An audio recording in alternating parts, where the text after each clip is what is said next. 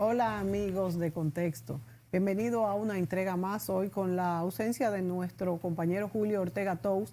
Vamos a tocar el tema del empleo formal. El empleo formal en nuestro país es menos que el empleo informal. Hay una informalidad, según las cifras del Banco Central, de un 60%. Y esto afecta a la economía de muchas maneras, afecta al empleado porque no tiene prestaciones y afecta al gobierno porque son personas que no pagan impuestos. Pero ¿qué incide en esta informalidad que en vez de bajar ha aumentado en proporción de la población? Porque ahora somos más, deberían existir más empleos formales. Sin embargo, no ha crecido en relación al crecimiento poblacional. Bueno, pero ¿qué pasa?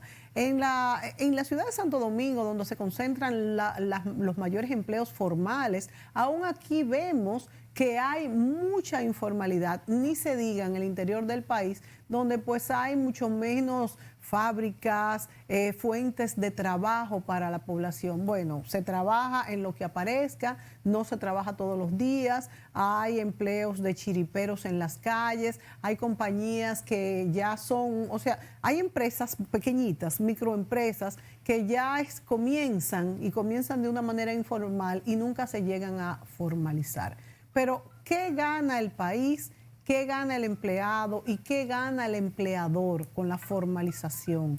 ¿Realmente le conviene al empleado formalizarse? Tenemos un videíto sobre cómo le conviene al empleado formalizarse y cómo puede crecer a partir de una formalización. Adelante, señor director.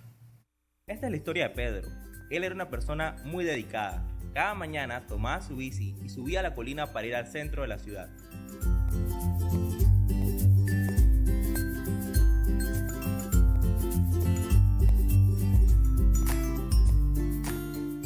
Un día, Pedro hacía su ruta de siempre, cuando repentinamente, ese día tuvo que volver a su casa un poco más temprano de lo normal. Con el pasar del tiempo, su pierna no se veía muy bien y un dolor se volvía insoportable. Pedro llamó a su hermana y le preguntó: ¿qué hago? Tengo un dolor muy fuerte. No sé, te va a tocar ir al médico. ¿Estás segura? ¿No puedo tomar algo y ya? No creo. Si estás muy mal, deberías ir. Revisaron a Pedro y le dijeron que debía operarse la pierna. Él pidió una cotización, pero el precio era tan caro que sus ahorros no eran suficientes. Él estaba muy preocupado. ¿Cómo haría para pagar esto y seguir trabajando? Pedro llamó a su tío y le preguntó si podía prestarle dinero para la operación. Su tío respondió que sí, pero le dijo que debía prometer conseguir un mejor trabajo cuando se recuperara. Pedro se recuperó, pero se dio cuenta que no podría volver a trabajar de ese modo. Cuando de pronto, la solución saltó a la vista. De entre tantos anuncios, Pedro encontró uno que sentía que era perfecto para él. Este trabajo parecía tener todo lo que Pedro quería. Le encantaba hablar con la gente, siempre tenía una sonrisa en el rostro y era bueno para el manejo de dinero. Pedro llamó al dueño de la cafetería y se vieron el mismo día. ¿Puedes comenzar hoy? ¡Claro! Y así comenzó la vida de Pedro como ayudante de la cafetería. A los 3 años, el dueño de la cafetería decidió abrir otra sucursal y quería que Pedro fuera el encargado. Pedro aceptó. Han pasado ya 5 años desde ese momento y no hay un día en que Pedro no me diga que estar contratado es la mejor forma de hacer una vida. Ya pagó toda la deuda de la operación a su tío. Puede hacerse chequeos regulares en el seguro para verificar que su pierna sigue bien.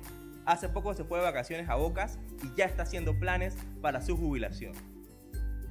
A mí también me va muy bien dentro de la formalidad, pero esta historia no es sobre mí, sino de esos Pedros que siguen pedaleando su bici contra la calle, la inseguridad y todo lo que conlleva la informalidad. Nunca es tarde para conseguir un empleo. Hay miles de vacantes esperando que desarrollemos nuestro potencial.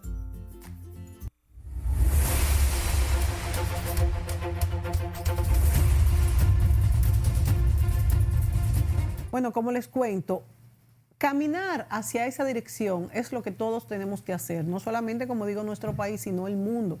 Pero en el camino no es tan sencillo ajustar todo.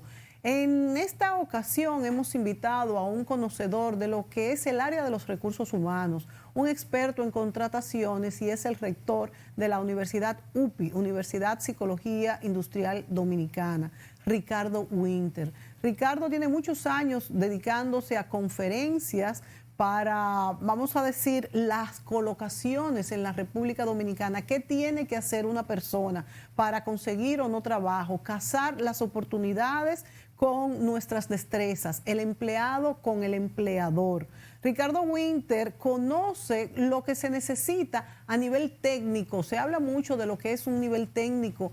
Pues nosotros los dominicanos pensamos todavía en estas carreras tradicionales que hay muchísimos graduados brillantes que incluso se tienen que ir del país. Quizás incluso podríamos decir que a muy bajo nivel y a muy alto tenemos pues mucha deficiencia de contrataciones. Los altos, por ejemplo, los médicos que se van del país al extranjero, principalmente a los Estados Unidos, y los muy bajos que también quieren irse porque no tienen oportunidades. Ricardo, bienvenido. Gracias, a esta Mónica. Entrega de contexto. Gracias, Mónica.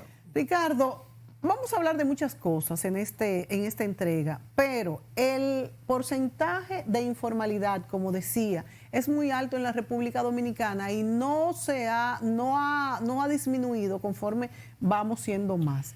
¿A qué tú crees que se debe que la gente todavía prefiere estar en la informalidad?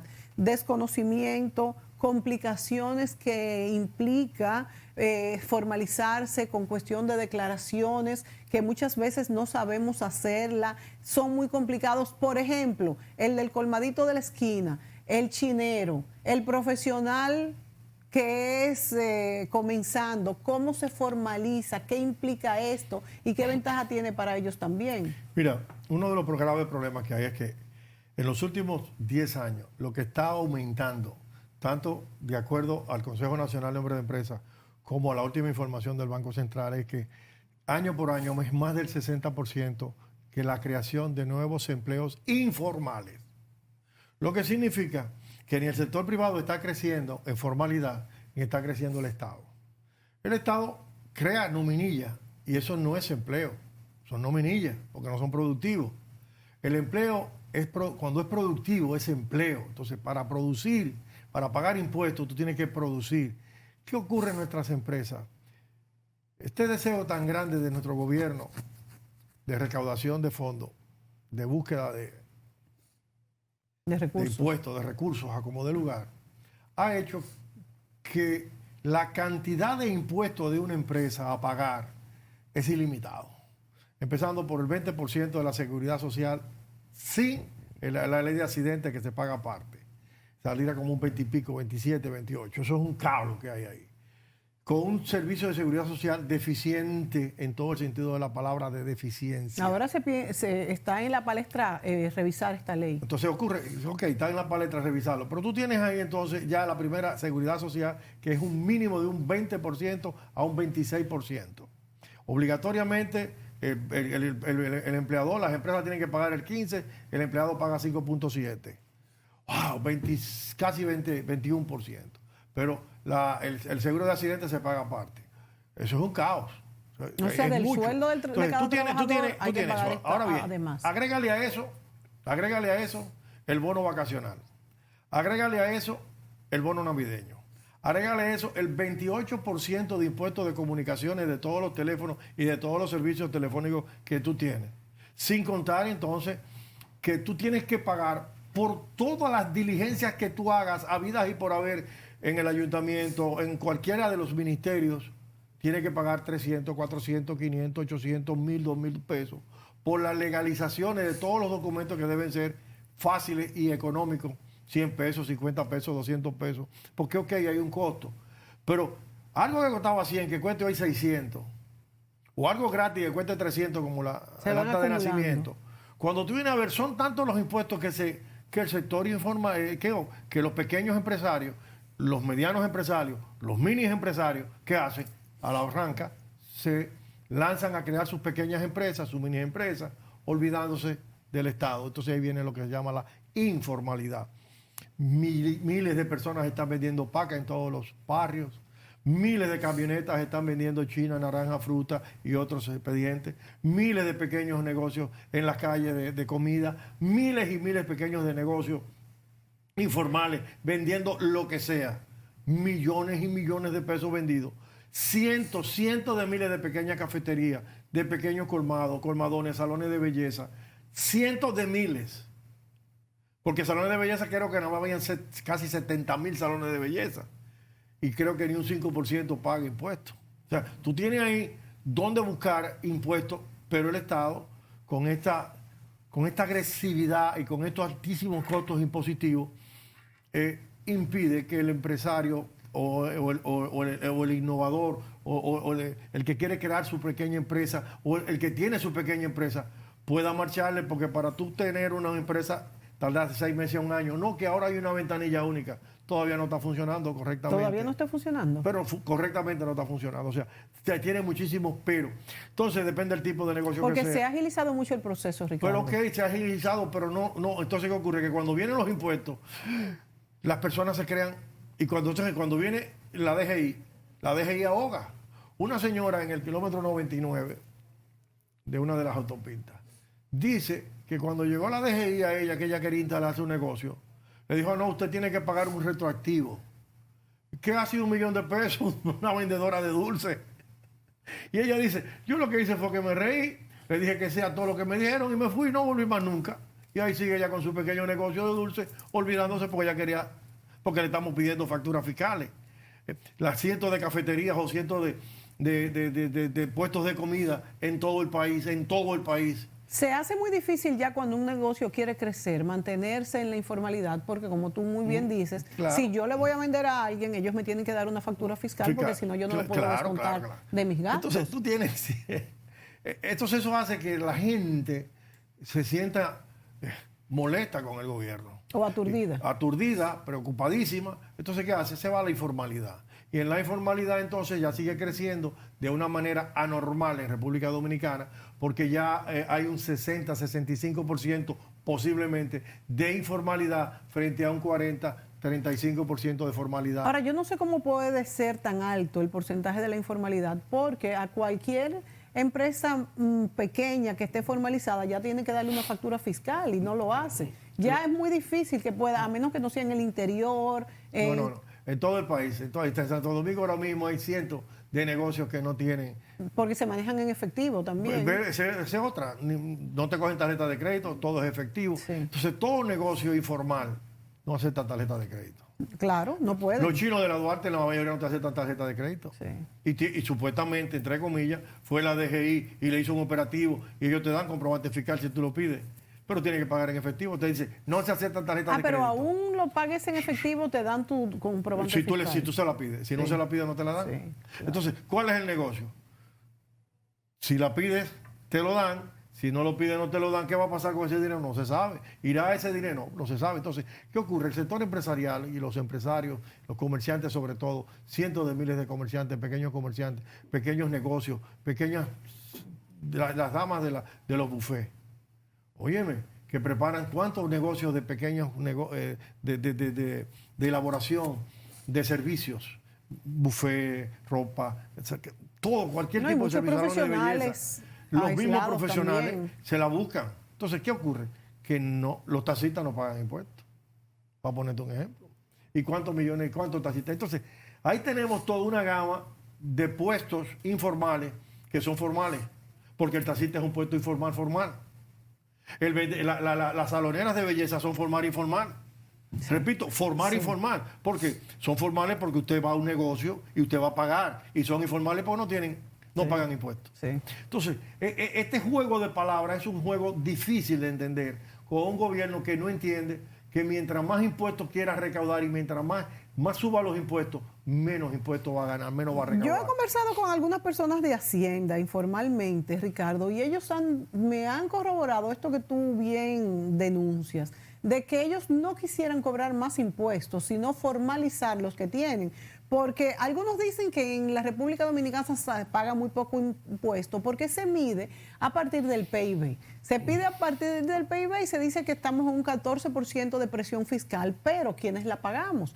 La proporción de los que lo pagamos es mucho. Entonces, este 14% no es un número que interesa al particular, porque a mí lo que me interesa es de lo percibido mío cuánto yo pago, y entonces se me puede ir un 50, un 60%. Mira, por ejemplo, el uso de la tarjeta de crédito. En Colombia durante 10 años, tuvieron una campaña publicitaria. Paga con tarjeta de crédito y te descontamos un 2% de tu ITEVI. Óyeme, eso es un 2% es mucho y es bueno al final de año. Entonces están haciendo que el contribuyente busque tarjeta de crédito para ya tener la fiscalización y exija al cliente pagar con su tarjeta. Me van a descontar un 2% de mi impuesto, de mi IVA en este caso, así como se llama ya. Y durante 10 años, todo el año 90, no sé si lo entendieron, pero durante 10 años la campaña estaba, usa tarjeta de crédito y tendrás tu descuento. O sea que el gobierno tiene que dar ciertos estimulaciones, para que fórmulas se pueda. para eso. Bueno, ni modo. Yo definitivamente creo que esto va a tardar muchos años. Este gobierno, lamentablemente los funcionarios de este gobierno del Partido de la Liberación Dominicana no están en eso. El problema es que hay muchos préstamos, pocos impuestos, tienen que buscar alternativas para buscar más financiamiento, más recursos para poder pagar la deuda que está agobiando, porque ya pasa un 52% y no sabemos dónde va a parar esta situación. La deuda es algo muy preocupante, pero al mismo tiempo hemos visto que no se ha hecho un aumento de impuestos como muchos proclaman, y es el Ministerio de Hacienda que ha tenido esto frenado. No sé si por política también. No, lo que ocurre es que el Ministerio de Hacienda está frisado porque tienen que ir a un pacto fiscal. Y un pacto fiscal al gobierno, a este gobierno no le interesa hacer un pacto fiscal en este momento, porque los empresarios en el pacto fiscal le van a decir, quíteme la nominilla, bájeme esos impuestos. Entonces van a exigir y va a ser una confrontación en doble vía que el gobierno no está preparado para eso. Y lo están dejando para el próximo gobierno. En un año preelectoral. Vámonos a la pausa, señores, y volvemos con Ricardo Winter en el próximo segmento.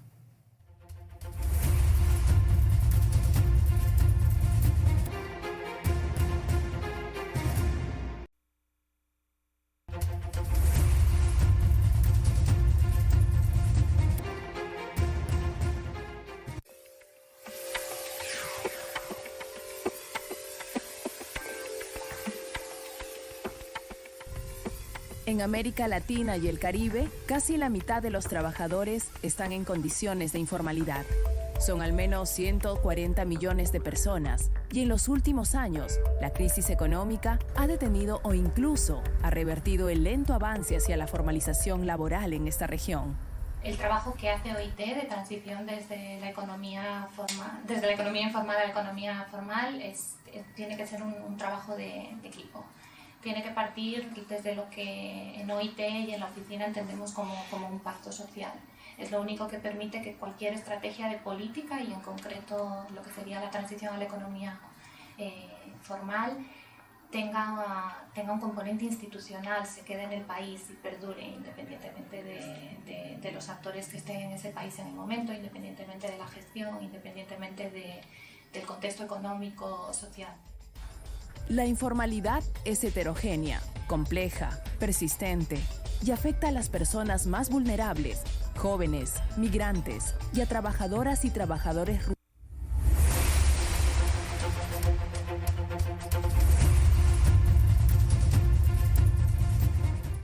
Bueno, ahí vimos que en América Latina el promedio de la informalidad es un 50%. Mucha gente en América Latina, en todo el Caribe, principalmente en Centroamérica, está en el sector informal. Pero nosotros tenemos incluso un 10% más, porque según las cifras del Banco Central hay un 60% en la informalidad. Y como decía el video, esto es un trabajo de equipo. Nadie puede solo tratar de remediar la informalidad, que no conviene a nadie, pero se necesitan haber incentivos, si no, no vamos a salir de esto. Y como decía, es un trabajo de equipo. Comentábamos Ricardo Winter y yo aquí, mientras veíamos el video, que por ejemplo, un problema muy serio para la informalidad que tenemos son los migrantes, indocumentados o hasta documentados, porque no pagan, son un pago en efectivo, por ejemplo, en todo lo que es el campo. De la construcción, campo, agropecuaria, excepto en el turismo, que ahí sí ya pudiera ser que sí pagaran impuestos. Ya el turismo sí tiene, los hoteles tienen que pagar obligatoriamente los impuestos. pero es... Y entonces yo te pregunto, Ricardo, tú que manejas el tema de las contrataciones, ¿hay selección de personal en estos negocios informales? Aquí no hay selección de personal. Depende. Mira, muchas personas de pequeños negocios con 3, 4, 5 empleados te piden empleados eficientes, que sean capaces de poder empoderarse con el pequeño negocio y que se sintonice con su dueño para echar para adelante el pequeño negocio informal. Y sí hay muchas empresas pequeñas y muchos dueños de empresas que hacen selección de personal, inclusive haciendo publicaciones pequeñas en la prensa, que se camuflajea o no se ve, pero sí hay muchas personas que están haciendo su pequeña selección de personal o su selección de personal, entre comillas, informal y hasta formal inclusive, y buscan personas adecuadas, sobre todo auxiliares de contabilidad, ventas, auxiliares en las áreas de contabilidad o el contador. Entonces, son puestos muy solicitados por esos pequeños negocios informales, encargadas de áreas. Por ejemplo, los salones encargadas de servicio. Sí. Entonces, son posiciones que sí, hay muchas personas que buscan asesoría y que tienen interés en que sus pequeños negocios se fortalezcan con una buena selección de personas. ¿Cómo tú ves, Ricardo, estos pequeños negocios que tienen esa inquietud de contratar personas adecuadas con un currículum para que su negocio eche para adelante? ¿Estas personas tú crees que están en vías entonces de formalización? Porque indudablemente cuando un negocio es productivo, pues ya es la primera vía de ser formalizado. Porque ningún negocio que no deje se quiere formalizar, porque si no deja y además tengo que pagar impuestos. Al no estar legalizado, las personas corren el riesgo de que lamentablemente no tienen seguridad social, van a trabajar sin seguro médico, van a trabajar sin seguro de accidente, van a trabajar a la buena voluntad de Dios y de que no le pase nada y que no se enferma y que no tenga ningún accidente. Yo les explico eso muchas veces en los cursos que nosotros damos a las pequeñas y medianas empresas. Por ejemplo, nosotros tenemos un programa que se llama Contabilidad, un diplomado que se llama Contabilidad, Nómina y Presupuesto. Y lo hicimos en principio para todas las zonas francas y hotelería, porque tanto los hoteleros como los empresarios de zona franca exigieron al encargado de recursos humanos que debía manejar contabilidad, que debía de manejar presupuesto, nómina y presupuesto, porque contabilidad para manejar nómina y presupuesto para hacer el presupuesto del Departamento de Recursos Humanos. Entonces, tanto la gente de zona franca como los hoteleros exigieron eso. Yo me acuerdo que cuando eso se presentó por allá por el 2006 en la encuesta que preparó el Ministerio de Educación Superior, Ciencia y Tecnología y el IFT, las dos encuestas daban eso, que tanto los que querían técnicos superiores, pero que el currículum del psicólogo organizacional y del administrador de empresas, que el que fuera a administrar recursos humanos, tenía que saber contabilidad, nómina y presupuesto. Sí. Yo protesté en esa asamblea de rectores y en esa asamblea, y dije que los empresarios estaban pidiendo cosas que le correspondían híbridos, que querían hacer híbridos de profesiones. Y así fue, tuvimos que aceptar esa realidad y ahora la carrera de psicología tiene contabilidad, la carrera de psicología tiene nómina y la carrera de psicología industrial tiene son requerimientos del momento. Porque son los requerimientos del sistema, del sector empresarial. Entonces, ¿qué ocurre? Hemos tirado el diplomado, pero en el diplomado, para sorpresa nuestra, el 90% de los participantes son empresas informales. Al ser empresas informales, ¿qué ocurre? Ellos quieren entender la ley y buscar el cómo adaptarse. Pero el problema es que le tienen miedo a la Constitución, porque el costo solamente de crear una compañía es un costo, más el pago de los impuestos. Entonces, muchas veces no tienen los recursos necesarios para empezar con toda esa carga financiera. Y la sabiduría y el conocimiento. No Yo creo que hay muchas empresas que les gustaría, por los beneficios que tiene formalizarse, pero le tienen miedo a este proceso. Vuelvo a repetirle, sin embargo, ese curso lo están haciendo tantas empresas informales que a mí me siento satisfacción porque quieren formalizarse. Eso es importante que el país lo sepa. Ricardo, una pregunta. Si alguien trabaja en una empresa que está formalizada y tiene un accidente de trabajo, vamos a decir que es una persona que gane 25,000 pesos y queda imposibilitada de trabajar, ¿esa persona le van a seguir pagando su sueldo? ¿Cómo es que trabaja esto? Tiene una licencia médica. Esa licencia médica tiene un periodo finito. Una vez que venza, habría que ir a la Seguridad Social para determinar si está incapacitado, inválido y le corresponde una pensión. Entonces ya la Seguridad Social le da su pensión. ¿Y esa pensión correspondería a qué nivel de salario? Depende, la cantidad de aportes que haya hecho. Depende. Y si tenía 3 años trabajando, nananina. No, le van a dar, por mínima, obligación, le entonces. tienen que dar, una pensión y le tienen que dar unos incentivos. Pero eso todavía no está muy claro y es toda una nebulosa lo que hay en el Estado. Por ejemplo, yo ya no tengo jubilaciones ni pensiones. ¿Por qué? Porque la ley se creó en el 2001. Claro. Entonces, se necesitan 300 cotizaciones. Yo no las tengo. ¿Por qué? Porque no se llega. Las cotizaciones. Entonces, ¿qué ocurre? Yo tendré que decir ahora a la Seguridad Social, devuélveme mi dinero. Puedo tener 800, 900, 1.000.000, 200.000, 1.200.000 y me van a devolver ese dinero. ¿Qué yo voy a hacer con ese dinero? Pero es obligatorio, aunque entre tarde en la Seguridad Social, vamos a decir, aunque solamente le quede una persona de 58 años, por Sí, ejemplo, que ya está obligatorio. muy cerca Es obligatorio. de la edad de jubilación, tiene que cotizar como quiera y ella puede, pues va a pedir sus prestaciones a la tanto sus hora prestaciones o su pequeña pensión. Pero puede pedir las prestaciones por completa, porque va a ser tan pequeña la pensión que No se sabe. no se sabe, porque Porque todavía las no se ha dado. prestaciones, por ejemplo, la empresa, bueno, las grandes empresas, cuando hay un accidente y la persona queda imposibilitada, las grandes empresas le dan sus prestaciones completas. Sí. Eso es así sin qua non. Inclusive, nosotros que somos empresas medianas, universidades pequeñas, cuando un empleado se retira, si se renuncia, se le da 1% del porcentaje porque ya renunció y se quiere ir para otro, el mercado lo premia y se van a otros puestos más grandes. O si se cancela, se le dan todas sus prestaciones. Tú me preguntabas que cuáles son sus prestaciones. Primero son 23 días promedio de acuerdo al Código Laboral que hay que darle por año. En pago. En pago. O sea, si una persona tiene 5 años, 23 por 5. Pero hay otros beneficios que tiene el empleado. Si no cogió vacaciones, hay que pagarle sus vacaciones. Claro, si no se cogió su bono navideño, hay que darle su bono navideño. Y si hay prestaciones de beneficio, aunque no se le da, si no se le llama a ese empleado después que está 6, 7, 8 meses fuera de la empresa, y si es en marzo que se le da las prestaciones a todos los empleados, el bono de prestación se le da también. Pero el bono de prestación por beneficios es obligatorio. De acuerdo a la ley, sí, el 10%.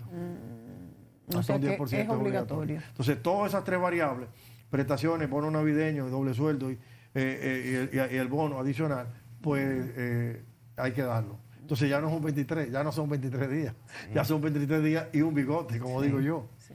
Entonces, el sector empresarial, pero además de estas prestaciones, estamos pagando Se la supone seguridad social. que cuando y la se habló seguridad de social y las social, prestaciones es ilógico. Se supone que iba a eliminarse la Sí, cesantía. eso lo saben perfectamente todos los sindicalistas, que en un plazo de 5 años a 10 años se iba a decantar. Y se iba a decantar poco a poco, se iba a ir por desmontando. niveles.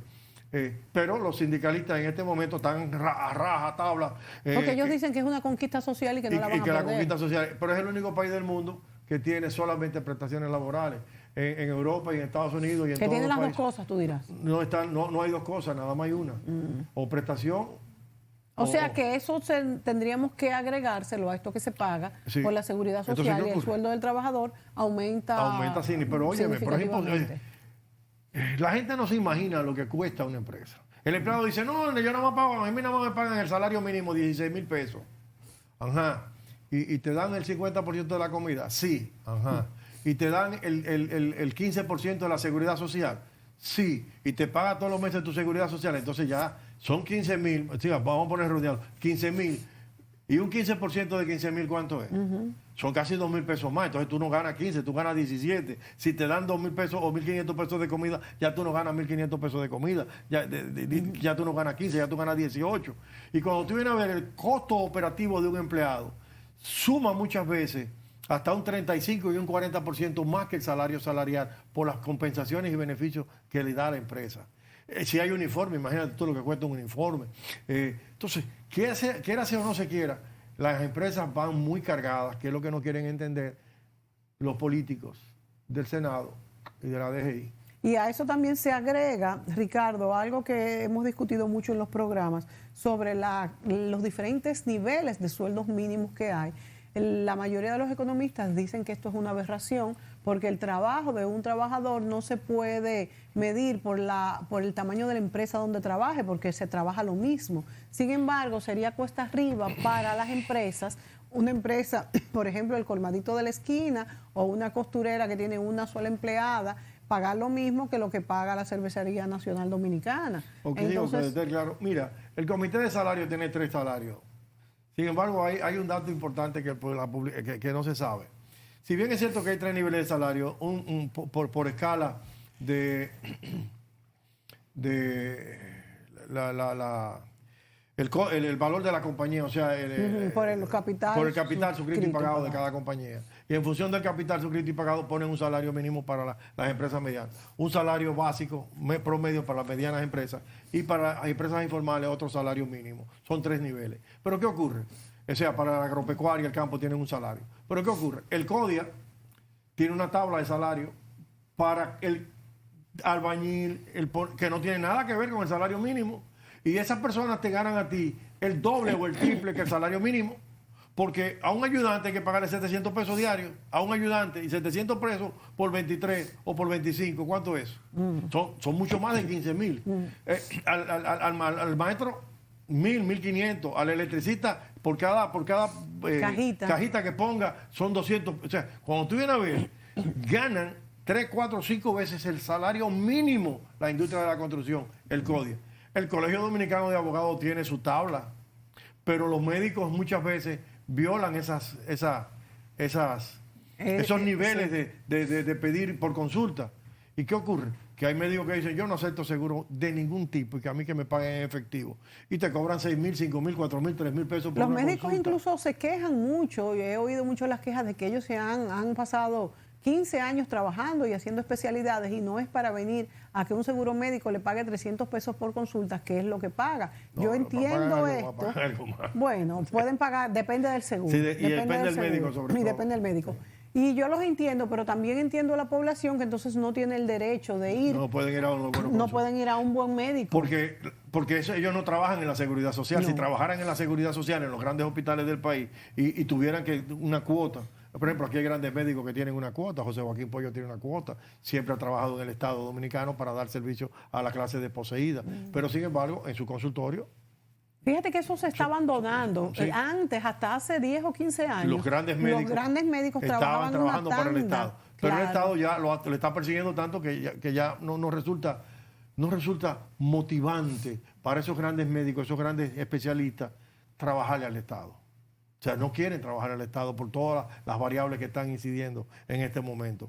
Entonces, tú tienes ahí que no es el salario solamente. Las profesiones o los profesionales tienen distintos niveles por oficio. Por oficio, y inclusive el Colegio Dominicano de Ingenieros, el CODIA, tiene claramente estipulado milimétricamente todas las posiciones de una construcción y el costo por hora. Sin embargo, y el Colegio Médico por igual y otras instituciones están solicitando el estatus de qué se debe de pagar a los gerentes. O sea que yo veo muy difícil que realmente, como algunos quieren, se pueda unificar lo que es el Es imposible unificarlo. Nos vamos a ir a la pausa, señores, Imposible y continuamos unificarlo. con este tema. Eso no se va a poder.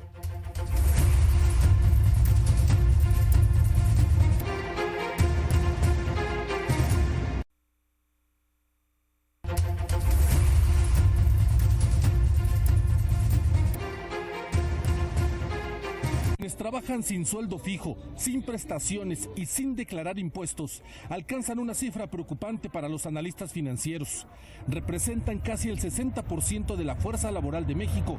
Esto quiere decir que quien no encuentre un trabajo formal en una empresa o negocio que pague impuestos y otorgue prestaciones, busca trabajo de lo que sea, vendiendo cualquier cosa, aportando muy poco o casi nada a la productividad, cosa que afecta seriamente el crecimiento de la economía mexicana. Cuando medimos la productividad total del país, resulta que esta área, el mercado informal, jala el promedio hacia abajo.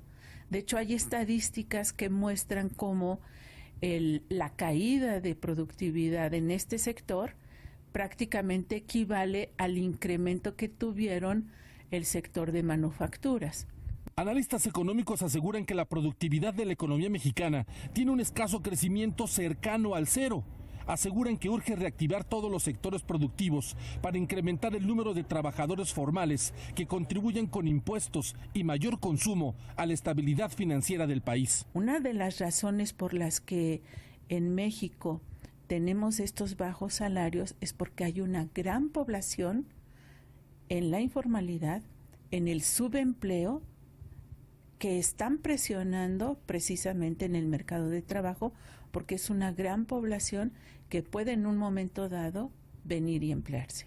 Los comerciantes que laboran en la calle piden una mayor participación del gobierno para incentivar la economía, ya que sus ventas han disminuido hasta en un 40% en el último año. Pues los ingresos son muy variables porque ahorita pues en la crisis que está el país pues no hay mucho dinero realmente, no hay fluidez económica. Si hubiera fluidez económica y si el gobierno reactivara haciendo empleos o generando empleos, sería otra cosa muy diferente. Los datos de la Comisión Económica para América Latina y el Caribe indican que en México solo 1 de cada 10 jóvenes logra obtener un empleo formal y que a mayor preparación académica es más difícil encontrar un trabajo bien remunerado.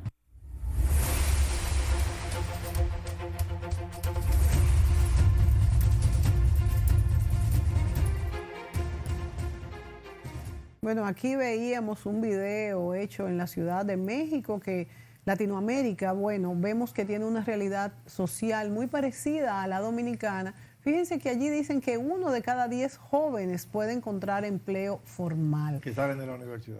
Y que salen de la universidad. Entonces, con Ricardo Winter, quien es el rector de la Universidad de Psicología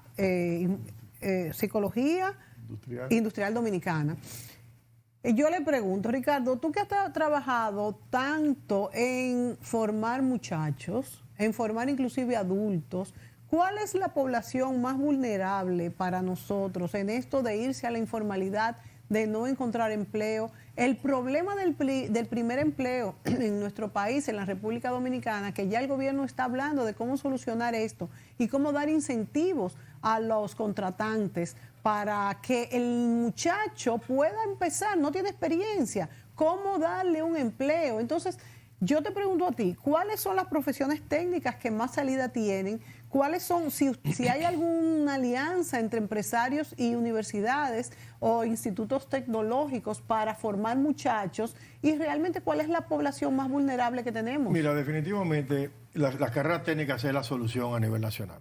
Es lo único que puede aumentar la productividad y lo único que puede aumentar la informalidad formal. Técnicos buenos, bien preparados. ¿Ok? O sea, electricista, plomero. Que hay una crisis de plomeros en República Dominicana terrible, hay una crisis de electricistas, ebanistas, o sea, todo eso es una crisis. Entonces, los técnicos superiores en venta y mercadeo, técnicos superiores en contabilidad computarizada, técnicos superiores en recursos humanos, que son 2 años en las universidades, tienen más facilidades de conseguir trabajo en zona franca, en el sector empresarial y en el sector hotelero, que aquel licenciado que se pasa 4 años siendo licenciado. Y es un puesto formal. Entonces, ¿qué ocurre? Los técnicos que tienen 2 años en las universidades te consiguen rápido trabajo. Al conseguirte trabajo, se posicionan, quizás no sea el salario ideal, quizás no sea el puesto ideal, pero ya entraron al mercado formal de trabajo. Al entrar al mercado formal de trabajo, pueden desarrollar. Sus prestaciones, tienen un seguro médico. Aquellos que esperan 4 años para graduarse sin carrera técnica, los sociólogos, los administradores, los abogados, los economistas. Sin ninguna experiencia laboral, porque a veces no pueden. Los médicos que se pasan 5 años estudiando van a tener problemas de conseguir trabajo, definitivamente. Mira, para muestra un botón. En el Politécnico Loyola y en el Instituto de San Luis de Formación de todo lo que es técnicos superiores a 2 años, el Community College de San Luis, que hasta hace poco dirigía a Víctor Hugo Delance como rector. El 97%, por no decirte el 100% de todos sus estudiantes que salen de ahí, lo mismo que salen del ITLA, consiguen trabajo a 2 años. 2 años de carrera técnica superiores. Aquí estuvimos con José Armando, el rector del ITLA. Correcto. Él dice que... Una colocación pero es el 100%, el 100%. Todo lo que está... ¿Por qué? Porque son técnicos superiores. ¿Qué es lo que está necesitando el mercado laboral? el licenciado, yo le digo a mis muchachos, miren, gradúense en técnico superior, en técnico de recursos humanos. Y después se pueden completar si quieren. Si ustedes tienen los dos títulos, técnico superior en recursos humanos y licenciado, si van a una empresa, no enseñen el de licenciado, escóndanlo. Diga, yo soy técnico superior. Wow. ¿Por qué? Porque si enseñan de licenciado te van a decir muy calificado. Sí, muy caro. Muy calificado. Sí, pero la calificación se traduce en precio. Bueno, pero puede ser que paguen iguales, pero es muy... ¿Y por qué es malo ser muy calificado? Porque si es muy calificado, entonces va a entrar a crear problemas y turbulencia en el sector empresarial. Va a querer que le asciendan, va a querer que lo aumente. Pero si es técnico superior, entonces, una vez que tú tienes dentro, en 2 años, ya que tú tienes tu técnico, tú dices, seguí estudiando, aquí tengo mi licenciatura, tómenme en cuenta para posiciones superiores. Y te van a felicitar. Entonces tú te reposicionas. Y es mi consejo el que yo le doy a todos mis estudiantes, que por cierto, a Dios gracias, por ejemplo, en Verón, el 92% de los estudiantes que tenemos allá son empleados que están formándose. El 92% están trabajando. Sí. Son empleados que están buscando la carrera técnica para salir de posiciones que tienen 5, 10, 15 y 20 años en la misma posición, en la misma rutina de la indolencia, en la misma rutina. Se saben el puesto de memoria, pero no pueden ascender porque no tienen certificado de capacitación universitaria. Sí, sí. O sea, ¿qué cantidad de carreras técnicas tienen ustedes como ejemplo? Nosotros tenemos en este momento 6 carreras técnicas. Bastante. Solamente 6 carreras. ¿Bastante? Técnicas. Sí. Técnico en contabilidad computarizada, 2 años y 2 años más licenciado en contabilidad. Técnico superior en recursos humanos, 2 años más se hace licenciado en administración de recursos humanos. Técnico en mercadeo y venta, que es... Todos los técnicos nuestros, todos absolutamente consiguen trabajo en el mercado inmediatamente. ¿Por qué? Por la calidad de clase que se le da en mercadeo y porque manejan servicio al cliente, técnicas de venta, promoción, publicidad, entonces ya automáticamente... Con la necesidad de la formalización en el mercado de las empresas, cada vez vamos a necesitar más contables, por ejemplo. Bueno, sí, contables definitivamente, tenemos contabilidad, pero nuestro técnico superior es un técnico superior que maneja el lenguaje computacional. O sea, el técnico superior en contabilidad computarizada. Las personas, ¿y por qué le ponen computarizada? Bueno, porque maneja varios lenguajes de computadora. El de aquí, cualquier sistema de computadora, y ya el tipo te maneja perfectamente toda la contabilidad vía electrónica, que es lo que está necesitando el sistema. Lógico. Porque si tú tienes contabilidad pura y no sabes informática, no tienes nada. No tienes nada. Ricardo, yo quisiera en estos últimos minutos hablar de qué tendríamos que hacer los dominicanos para pues aumentar la formalización. Del lado de los trabajadores, porque decíamos ahorita que todos estos vendedores ambulantes en las calles, el que cuida el carro, los mercados de la Duarte, el frutero, los del salón, el pequeño sastre, o sea, ellos dicen, pero es que no me conviene formalizarme, yo gano bien así. Señores, aquí cualquier limpiacarro no, porque se hace algo, cualquier cuida carro gana más que cualquier profesional. Claro, porque tú le tienes que dar por el carro 25, 50 y 100 pesos, dependiendo de la cantidad de tiempo. Y si te manejas un parqueo, si son guachimanes tienen 2 salarios, a Dios gracias, que le pagan la empresa y el que le pican a los clientes. Que los clientes le tenemos que dar, yo siempre le doy a todos los cuidadores. ¿Por qué? Porque esos cuidadores viven en los barrios. Cuando te ven en un barrio, yo he tenido la dicha de que algunos, no, cuídeme ese hombre, cuídeme, no me le hagan daño.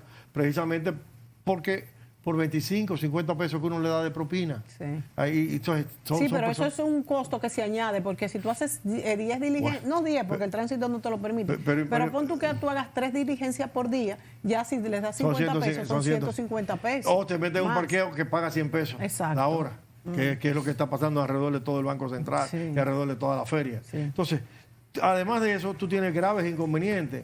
No solamente es ese costo que tiene, sino que eso entra dentro de la informalidad formal. Entonces, ¿qué pasa? Ya son formales los cuidadores de carro en la calle. O sea, tú te refieres a que son aceptados. Eso es informal, pero es aceptado. Aceptado no. Muchos de ellos tienen un carnet del ayuntamiento que les permite ser cuidadores. ¿Tienen un carnet del ayuntamiento? Y muchos de ellos tienen... ¿Y bajo qué ley? Bueno, el ayuntamiento le da cuidador, o ellos van y crean una asociación de cuidadores, y todos los alrededor del Palacio de Justicia... ¿Tienen un carnet? Tienen su carnet. O sea, ellos son cuidadores de oficio. O tienen ticket, dicen, tengan su ticket. Son 100 pesos. Sí. Páguenmelo por adelantado. Sí, entonces tú le dices, no, un momento, yo te lo pago cuando yo venga. Sí. Dios mío. Entonces, es informar formal. Entonces, la gente no entiende lo que es informar formal. O es informar o formal, no, son los dos. ¿Por qué? Porque están institucionalizados. Pero fíjate que no sabía que le podían tener un carnet que lo por ejemplo, avale en el ayuntamiento de Boca Chica, todos los parqueadores que tienen su etiqueta aquí se matan, son 30, 40, 50 parqueadores en toda la pequeña Boca Chica y se matan uno con otro para ver quién cuida los carros. Porque ahí sí hay que dar los 100 pesos obligatorios. Porque si tú no lo das, o te pinchan la goma o te roban el carro. Porque son especialistas también en eso. Exacto, es un costo que tú lo pagas para que no te hagan daño ellos mismos, no para que te cuiden. Y eso entonces sube. Ricardo, 30 segundos. ¿Tú crees que disminuiremos en estos próximos, vamos a decir, de aquí al 2020, se disminuirá más la informalidad? No. ¿No? ¿Crees que no? No va a crecer la informalidad porque estamos en un año político, va a crecer la informalidad porque ahora tú vas a pagarle a todos esos muchachos de barrio que están sin trabajo, los ninis, que ni trabajan ni estudian, los 500 pesos para montarlo en la guagua, más un picapollo para que vayan a todas las actividades políticas y sociales que se van a hacer. Y entonces el sector empresarial frena la contratación. Al frenar la contratación, ¿qué ocurre? El sector empresarial no juega. El sector empresarial frena por la inestabilidad política de que no se sabe y además el gobierno está cometiendo grave presión al sector empresarial, mucha presión a los sectores empresariales y productivos. Y, por ejemplo, la gente dice, no, que el gobierno de nuestro presidente está positivo con la visita, ha resuelto la visita del presidente el problema de la agropecuaria. Como la gente dice, porque el plátano estaba a 5 antes de la visita, ahora está a 15 a 20 el plátano. O sea, el plátano está más caro que cuando la visita. Entonces, la visita no ha resuelto el problema agropecuario. Pero hay productores agropecuarios que se le han dado préstamos y están trabajando y están comiendo. Sí, pero es la minoría. Entonces, esa minoría no resuelve el problema porque si tú no lo haces vía Ministerio de Agricultura, con las respectivas grandes asociaciones de caficultores, de ganaderos, de arroceros, y traza pauta para elevar la productividad. Tiene que ser para todo el mundo, no para uno. No para 1000 individuales y que los otros 900, los otros 100.000 se queden sin nada. Tu vaticinio, Ricardo, es que la informalidad no será reducida de aquí al 2020. Va a seguir igual y lo van a decir las estadísticas del Banco Central ahora, que espero que salgan en estos días, que vuelven el 18 a la informalidad mantenerse en un 60%. Señores, la formalidad es importante, incluso para que nos contemos bien. El Banco Central también está trabajando en esto y esperemos que en algún momento, tanto el gobierno como nosotros, los empleados y empleadores, nos pongamos a uno para que tengamos más formalidad. Ya vimos ahí cuáles son las ventajas. Hasta la próxima, amigos. Gracias, Ricardo.